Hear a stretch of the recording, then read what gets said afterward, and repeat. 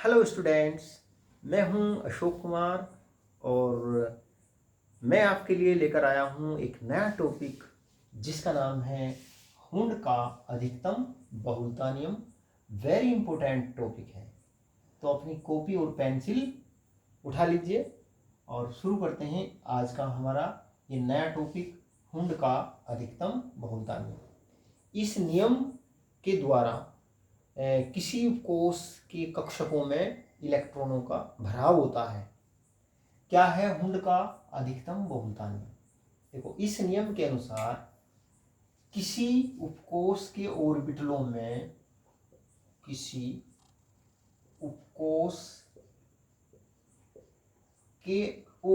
में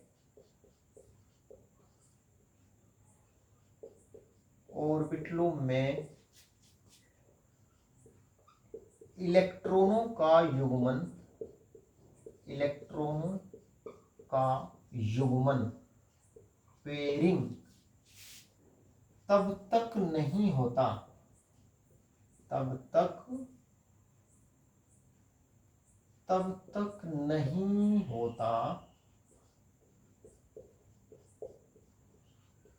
जब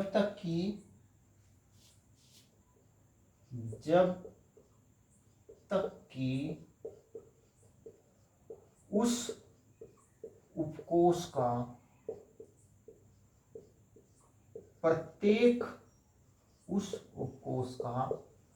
प्रत्येक ऑर्बिटल एक इलेक्ट्रॉन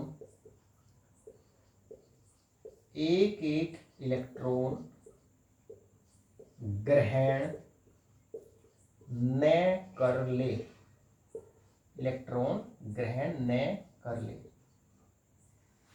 किसी उपकोश के ऑर्बिटलों में इलेक्ट्रॉनों का युग्मन तब तक नहीं होता, उपकोश के ऑर्बिटलों में इलेक्ट्रॉन तब तक युग्मित नहीं होते जब तक कि उस उपकोश के प्रत्येक ऑर्बिटल में एक इलेक्ट्रॉन नहीं आ जाता।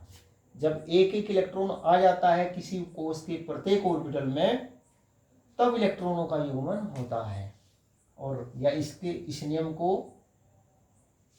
को इस प्रकार से भी लिखते हैं, हुंड के अधिकतम बहुलता नियम को, जहां तक संभव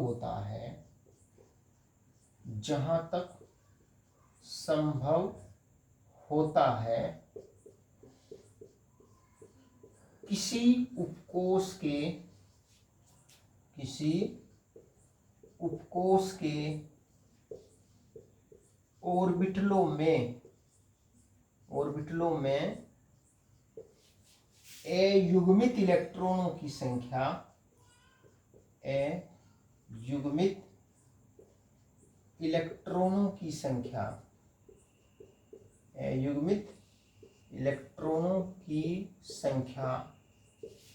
अधिकतम होती है।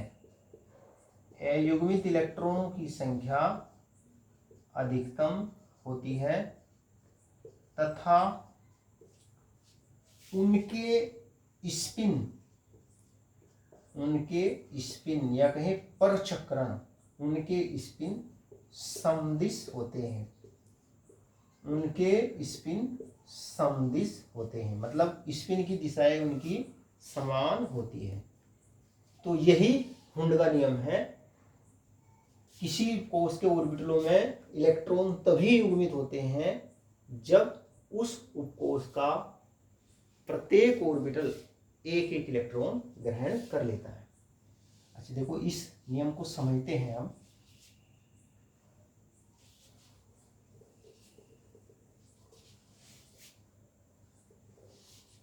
देखो, जो एस उपकोश होता है, एस उपकोश में तो एक ही ऑर्बिटल होता है। एस उपकोश में एक ही ऑर्बिटल होता है ना। मान लो हमने ये बॉक्स के द्वारा प्रदर्शित कर रहे हैं, ये है 1s। एक ही ऑर्बिटल होता है तो उसमें अधिकतम कितने इलेक्ट्रॉन आ सकते हैं? 2 इलेक्ट्रॉन, है ना। एक इलेक्ट्रॉन, ये स्पिन, दोनों की स्पिन, एक की अप रखेंगे एक की डाउन रखेंगे, मतलब स्पिन की दिशाएं होती है वो एक दूसरे के विपरीत होती है। अच्छा, जो पी उप कोष होता है, पी उप कोष, पी उप कोष में कितने ऑर्बिटल होते हैं? पी उप कोष में 3 ऑर्बिटल होते हैं। ये है पी उप कोष, और ये पी उप कोष के 3 ऑर्बिटल हैं। और हमें मालूम है कि किसी ऑर्बिटल में अधिकतम कितने इलेक्ट्रॉन आ सकते हैं? अधिकतम आ सकते हैं 6 इलेक्ट्रॉन आ सकते हैं पी उप कोष में, प्रत्येक ऑर्बिटल में 2 इलेक्ट्रॉन। तो मान लीजिए हमारे पास में मान लीजिए 3 इलेक्ट्रॉन है। तो वो 3 इलेक्ट्रॉन किस प्रकार से भरते हैं? देखो, पहला इलेक्ट्रॉन इस पहले ऑर्बिटल में भरता है, पहला इलेक्ट्रॉन पहले ऑर्बिटल में भरता है ना। अब जो दूसरा इलेक्ट्रॉन होगा ना, वो इसमें नहीं भरेगा, बल्कि वो दूसरे ऑर्बिटल में भरेगा, दूसरा इलेक्ट्रॉन। और ये भी नहीं कि वो यहाँ पे भरेगा, एक को छोड़ करके यहाँ भरेगा, वो इसमें भरेगा, दूसरा इलेक्ट्रॉन ये हो गया। अब जो तीसरा इलेक्ट्रॉन है, वो ये नहीं कि वो तीसरा इलेक्ट्रॉन यहाँ इसके साथ में लग जाएगा या इसके साथ में लग जाएगा, वो अगले ऑर्बिटल में भरेगा, है ना। किसी उपकोष के ऑर्बिटल में इलेक्ट्रॉन तभी युग्मित होते हैं, तभी उनका जोड़ा बनता है, जब तक कि प्रत्येक ऑर्बिटल एक एक इलेक्ट्रॉन ग्रहण ना कर ले। अब मान लो, अब इसमें चौथा इलेक्ट्रॉन भरना, पहले तो प्रत्येक ऑर्बिटल ने एक एक इलेक्ट्रॉन ग्रहण कर लिया। अब जो चौथा इलेक्ट्रॉन है, चौथा इलेक्ट्रॉन कहाँ आएगा? चौथा इलेक्ट्रॉन इसमें आएगा, पहले वाले के पास में। चौथा इलेक्ट्रॉन यहाँ इसमें भरेगा, है ना। ये चौथा इलेक्ट्रॉन ये आ गया। अब जो पांचवा इलेक्ट्रॉन है, पांचवा इलेक्ट्रॉन, अब पांचवा इलेक्ट्रॉन दूसरे ऑर्बिटल में आएगा, है ना।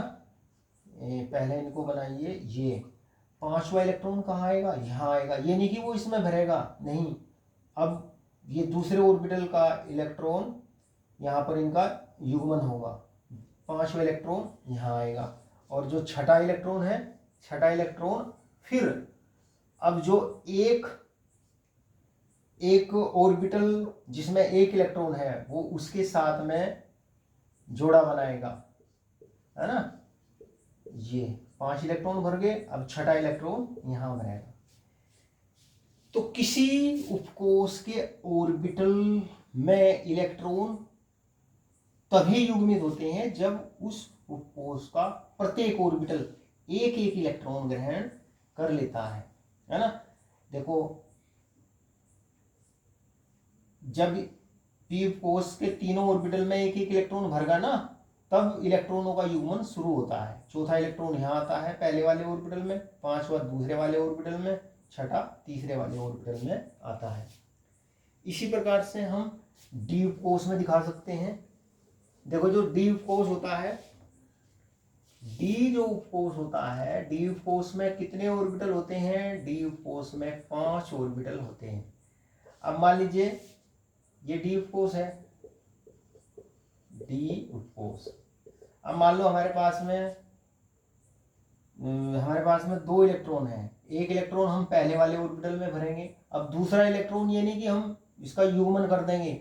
अभी देखो, युग्मन तो तब तक नहीं होगा इलेक्ट्रॉन का जब तक कि प्रत्येक ऑर्बिटल में एक एक इलेक्ट्रॉन नहीं आ जाता।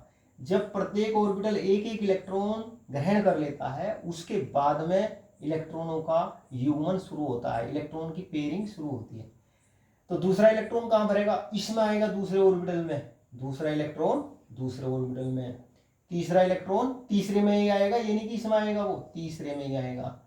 चौथा इलेक्ट्रॉन इसमें आएगा, पांचवा इलेक्ट्रॉन इसमें आएगा।